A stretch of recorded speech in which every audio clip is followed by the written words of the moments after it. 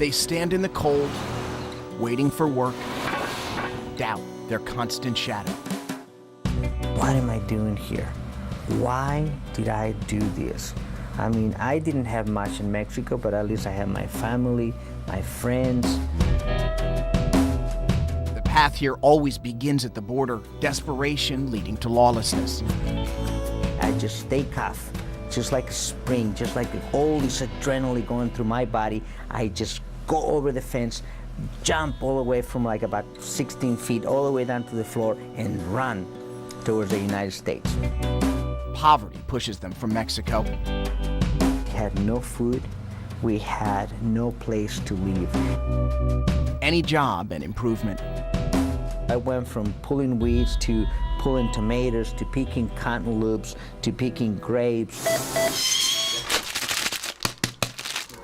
That's my own trademark. But Alfredo Quiñones Hinojosa doesn't work on a farm anymore. Today is all about positive attitude. We're gonna go in and we're gonna take care of this problem. Rodney Banks has a brain tumor. I'm in my sleep, and next thing I know, I woke up out Bayview Medical Center.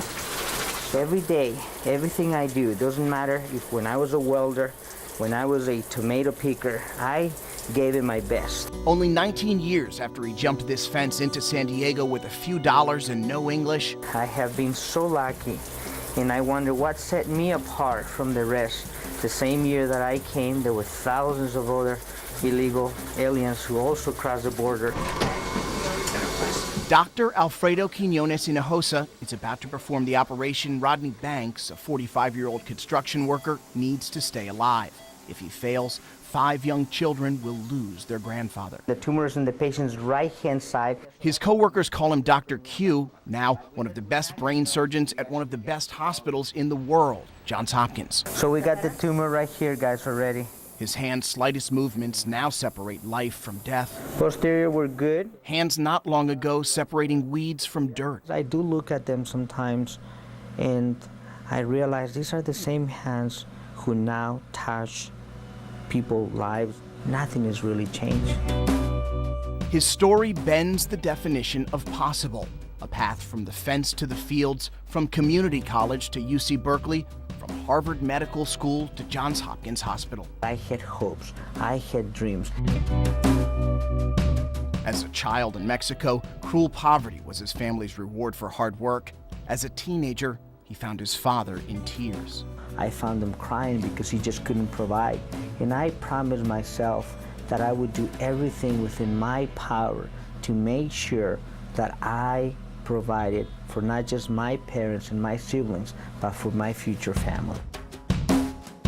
That commitment led him to the fields of California's San Joaquin Valley. I just knew that if you keep working hard, one day things were gonna turn around. I just had no doubt in myself.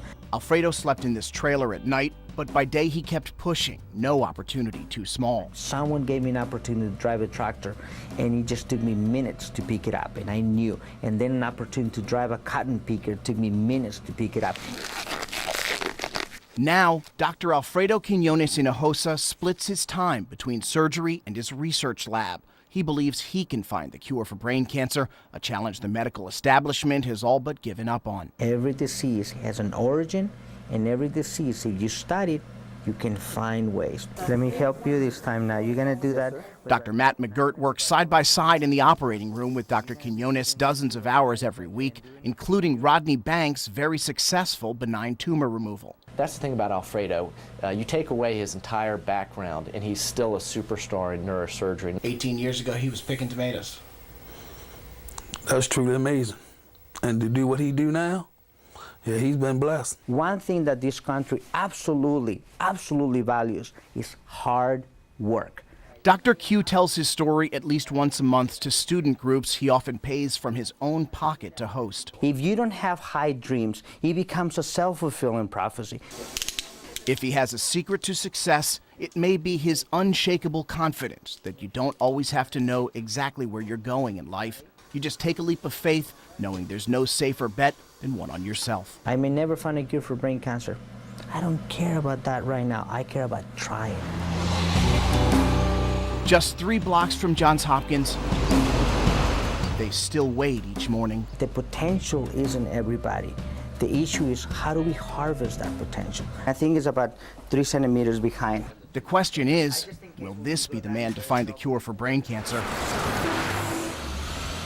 Or perhaps, just maybe, could the one destined to find the cure still be out here? In East Baltimore, I'm John Sherman, WBAL TV 11 News.